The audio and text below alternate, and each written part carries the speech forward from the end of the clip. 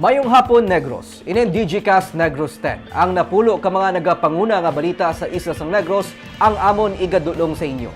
Din nyo kami live via Facebook kag sa amon niya YouTube channel.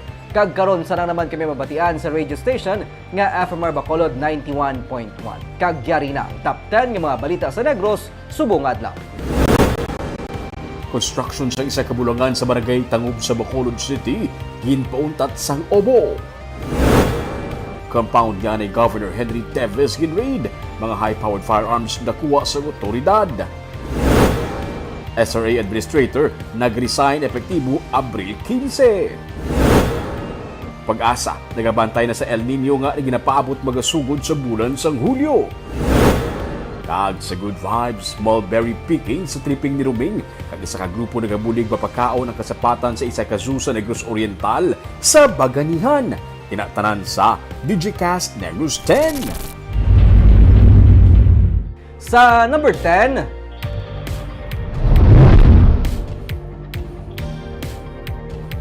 pag-asa ang yara na nagatutok sa El Nino phenomenon nga magasugod sa bulan sang Hulyo.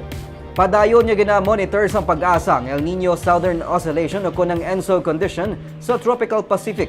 Base sa latest nga condition kag model forecast, ang El Nino ang magadevelop sa Hulyo, Agosto kag Setyembre 2023 kag pwede maglawig tubtob sa 2024. Bangod sini, ang pag-asa ENSO Alert and Warning System ang ginpasaka na sa El Nino Watch. Sa idalom sang El Nino, mangin mas mainit sang kinahangdan nga kainiton ang sea surface. Ang El Nino ang nagapadako sang posibilidad nga mangin below normal ang pagbubo sang ulan nga mahimo magresulta sa pagmala kag pagbagtik sang duta sa iban nga bahin sang pungsod.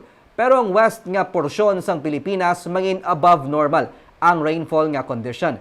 Padayon nga iga-monitor sang pag-asa ang development sa ENSO phenomenon. Ginapanugyan sang pag-asa sa publiko nga maghimo sa mga tikang para mapahaganhagan ang epekto sang El Nino.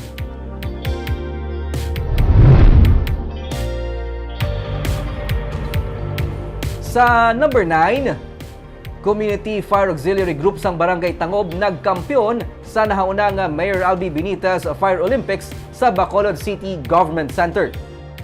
Ang kadasig kag epektibo nga pagtapna sang kalayo ang importante sa pagresponde sa sunog. Gani sa Fire Olympics, nagpaindis-indis ang katapos ang sifag sang 5 ka mga barangay sa Bacolod. Nang ibabaw sa kompetisyon ang sifag sang Barangay Tangob. First kag second runner-up naman ang Barangay Takuling kag Pahanukoy. Sunod kay Fire Chief Inspector Rodel Legaspi ang pagpasanyog sang sifag sa kabaranggayan. Kabahin man sa prioridad sang Bureau of Fire Protection, agod nga mapunggan ang halit sang kalayo sa propiedad, lakip ng posible pagkautas sang kabuhi. Kabahin man sa nagpaindis-indis ang sifag sang Barangay Stefania kag Singkang Airport. Ang Fire Olympics ang kabahin sa mga hilikoton sang BFP upod sa syudad sa pagdumdum sang Fire Prevention Month. So lain-lain ang ila area of responsibility, but then kung may somehow may ari kita sang musiling event, no, magakilalahay, magabanding ang aton nga mga first responder. At the same time kay gina-enhance mo nato ang ila skills, no, through sa competition. It might be idalo nato nini sila sa regional level as well as kung palaron sila up to the national, no, nga competition.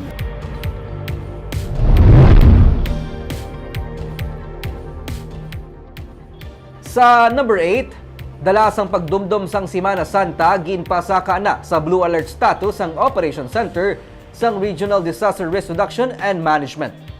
Sa memorandum ginpagwa ni Maria Aleta Nograng, Officer in Charge sang Office of the Civil Defense 6, sumugod 8 sang aga sang Abril 5, tubtob 8 sang aga sang Abril 10 ang pagpasaka sa Blue Alert status. Angot diri ang tanan nga katapo sang RDRRMC kag Local Disaster Risk Reduction Management Council ang ginamanduan nga maidid nga mag-monitor, mag-consolidate kag mag-report sa mga insidente kag mga hitabo kag ipasiguro ang coordination sa mga concerned agencies. Mga tikang sa pagpanghanda kag nagakiigo nga response action kag mga plano kasubong man mga hitabo kag insidente angot sa pagdumdum sang Semana Santa ang dapat nga i-report sa Office of the Civil Defense. Sa number 7,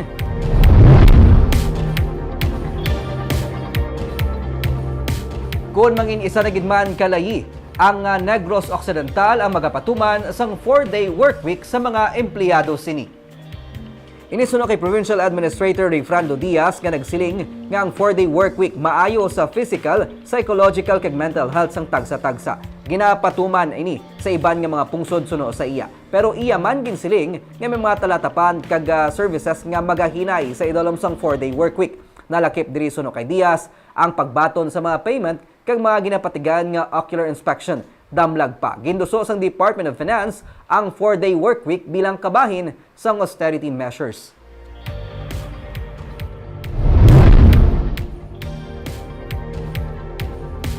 Sa number 6, Barangay Kagawad Pilason sa mabunan sang nobya sa sulod sang salakyan.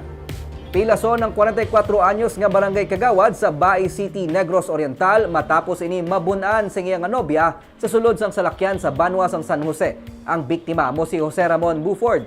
Ang iya naman nobya amo si Ana May Padero. Sa investigasyon sang PNP, magalagaw kung taning duwa kaginsugat pa ni Buford si Pedero sa ilang balay para magkadto sa Twin Lake. Samtang nagabiyahe padulong sa Twin Lake, nagpanghagad naman si Padero sa hanay-hanay kung sa diin suno sa iya, mas matahom ang view. Ininggin kaakig sang kagawad suno sa pulis. Kag nagkuha siya sang kutsilyo sa iyang bag, kag ginpahog si Padero nga patyon. Didto kag ginagaw naman ni Pedero ang kutsilyo ni Buford kag gingamit sa pagbuno sa iya sa liog. Ginabulong na sa ospital si Buford samtang gindetain naman sa San Jose PNP si Padero.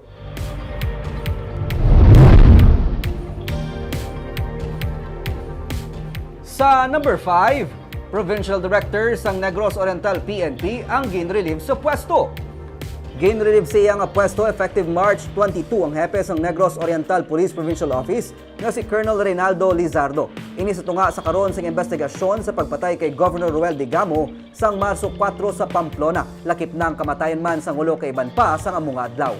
Suno kay Lizardo, iya nabaton kahapon ang order kag siyang giliyon man nga nagpatawag sang exit briefing. Wala pa may baluan kung sa diin siya karon i-assign. Ginpahayag ni Lizardo nga ini ang administrative process ng PNP para sa impartial investigation sang kaso. Si Colonel Alex Guse Ricento, gikan sa Police Regional Office 7, among magabulos kay Lizardo. Kay nasang aga, ginpatigayon ang turnover of command sa Norpo Compound sa Sibulan sa Negros Oriental.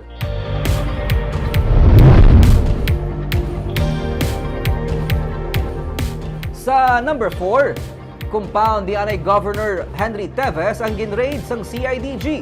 Mga armas kag iban pa nga mga high-powered firearms ang na-recover. Ginraid kay nasang aga sang CIDG ang compound nga ginapanagihan ni anay Negros Oriental Governor Henry Pride Teves sa Santa Catalina, Negros Oriental. Sa interview sa Chief Legal CIDG nga si Attorney Thomas Valmonte, ila ginpatuman ang search warrant sa compound ni Teves bangod man sa ila nabaton nga impormasyon nga didto ginatago sa compound ang mga armas. Ginpahayag naman ni Valmonte nga wala sang kaangtanan ang operation sa assassination kay Governor Ruel Digamo, kundi ini ang operation sang CIDG nga Oplan Pandanansag Omega batok sa illegal possession of firearms and explosives. Sa initial reports ng CIDG, may mga nakuha sa compound nga hindi magnubo sa napulo ka mga armas, lakip na dari ang 3 ka mga high-powered firearms. May mga bala nga na-recover sang nagkalain-lain nga armas. Wala si Teves sa tion sing patigayon ang operations ng CIDG. Padayon pang ila pag-raid sa compound as of press time.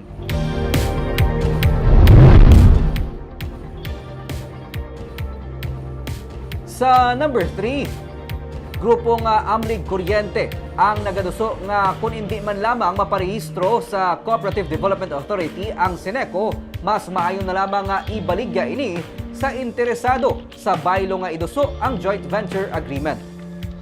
Malawig na nga ginihinyo sang Power Watch Group nga Amlig Kuryente ang pagparehistro sang Central Negros Electric Cooperative o Seneco sa Cooperative Development Authority sa pagpati nga nagakaangay ini nga himuon agud maamligan ang power utility pati na ang mga empleyado. Suno kay anay Councilor Wilson Gamboa Jr. nga convener sang grupo. Kung hindi man lamang maparehistro sang management sang Seneco sa CDA, antes ang ginaplano nga joint venture agreement upod sa More Electric and Power Corporation kag Meralco, mas nagakaangay nga ibaligya na lang ini sang diretso sa mga interesado nga private firm. Nagapati si Gamboa nga done deal na ang GVA. Gani ginakahangawan niya nga mahimo mangindisbintaha lamang ini sa mga konsumidor, kasubong na lamang sa nagakatabo karon sa basiwa. ang tagdumalahan sang Seneco pod sa Board of Directors ang nagahulat na lamang sang guidance halin sa National Electrification Administration angot sa proposed joint venture agreement. Might as well push for the outright sale of Seneco. Why so? Because ang GVA is a takeover of the management operations, control of Seneco without giving the due or the necessary benefits, shares, and contribution to the MCOs. As well as nga i-attach nila ang equipments, facilities, machineries sang Seneco without giving anything for the MCOs. Now, this is a sellout. Sa number 2,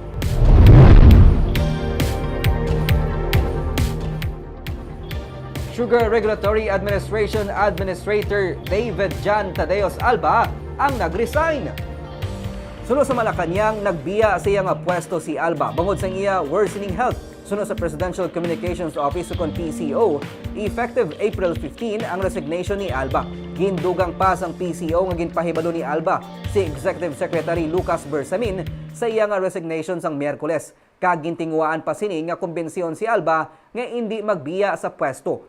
Sa directive sang Presidente effective April 15, ang resignation ni Alba sa paghatag ligwa sa paghanda sang appointment sa magatalo sa iya. Ang pag-resign ni Alba kasunod sang kontrobersya sa bagong importation sang 440,000 metric tons sang kalamay.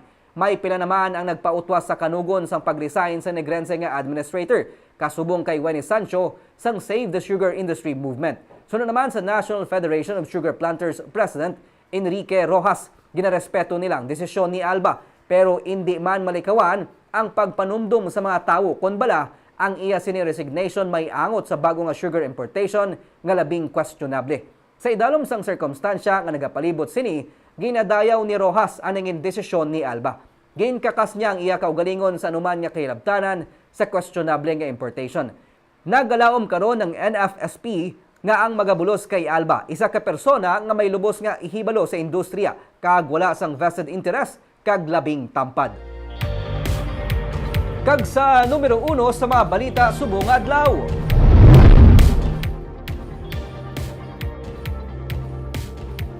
Construction sa ginalagar bulangan sa Barangay Tangob sa Bacolod City ang ginpauntat sang syudad bangod wala sang permit. Yari ang report. Ginaatupan na ining ginapatihan ginatukod nga bulangan sa Purok Paghidait Zone 3 sa Barangay Tangob. Pero sunod kay Engineer Isidro San, pamuno sang Office of the Building Official, wala pa sila sang may nabaton nga application halin sa tag-iya sang bulangan, gani ila na nga ginpauntat ang construction. Once ka prepare ka pa lang sa papilis mo, supposed to be, hindi ka gin mag-construct. Kaya basi bala ang no objection niya sang sangunian o sang barangay. Party lang na iya nga hindi sila mag-object sa proyekto may mapagatindugon. Pero ang party naman niya sa pag-construct kung ano ang mga setback, mga requirements sa parking space. Basi bala hindi ka kapasar, kanugon lang sa construct mo. Kaya may mga requirements ng building code. No? Suludlon ng among nga bulangan kag napalibutan sa mga pamalay.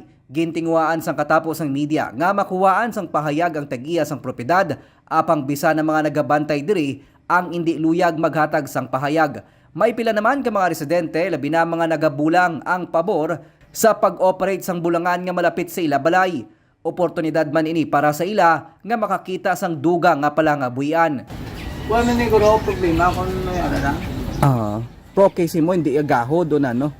Yung kaso. So, distansya mga wala naman sila man Hindi ba siya? Pamayo malang dahil sa palibot kay do bati ko baligya di kung sila ti wala tamay mahimo kay ti sila malang pangambuyan mo. Yung kaso may bulangan ano yung plano mo tiyay? Baligya gani. Mabaligya ka man. Pero subundo lapit-lapit gid tiyayo do halos to bintana. Tingyo ang balon tres hinay-hinayan yung lang tingog yun. Nakadtuan na sang katapos ang obo ang lugar kag na-issue na sang notice of violation. Sarang mamultahan sang 10,000 pesos ang nagtukod sang structure nga wala pa sang building permit gikan sa obo. Kung hindi pa makapakig-angot ang tagiya sang ginatukod nga structure, madason nga itugya na ini sang obo sa City Legal Office.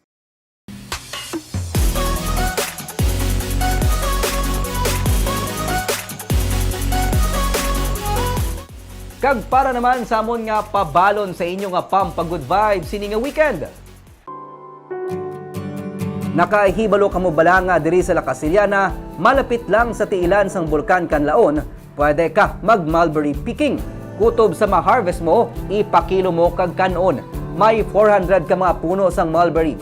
Kag kung wala lang tani mahalitan sang bagyo nga Odette, posible nagapabunga na tani subong ang iya nga apple trees. Hilig sang agriculturist ang mga unique nga mga putas, gani ini ang iya gintutukan. Ang iya nga storya sa Sabado sa tripping ni Ruming.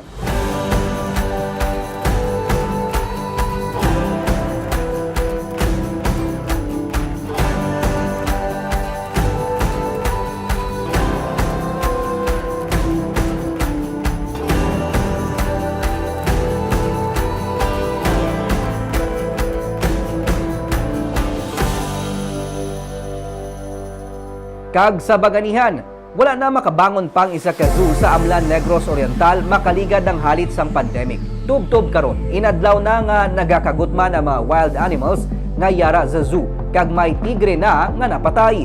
Sa bulig sang isa ka Iloy nga call center agent nga taga Dumaguete City, upod ang Animal Welfare Group sa Bacolod, nakapamiantiyan sa ginabatyag nga gutom sa mga wild animals ang bulig nga ila na kolekta sa mga donors. Hibalo nato ng ilang istorya sa Baganihan sa Sunday. Kagamuyan itong napulo ka mga balita sa isa sang Negros subong nga adlaw. Kay man sa panahon karon importante nga may ihibalo ka sa nagakatabo sa imo nga palibot. Pero dapat balanse kag insakto ang mga impormasyon. Magapadayon kami nga magapangalagad sa mga Negrosanon. Ako si Nico Delfin. Happy weekend!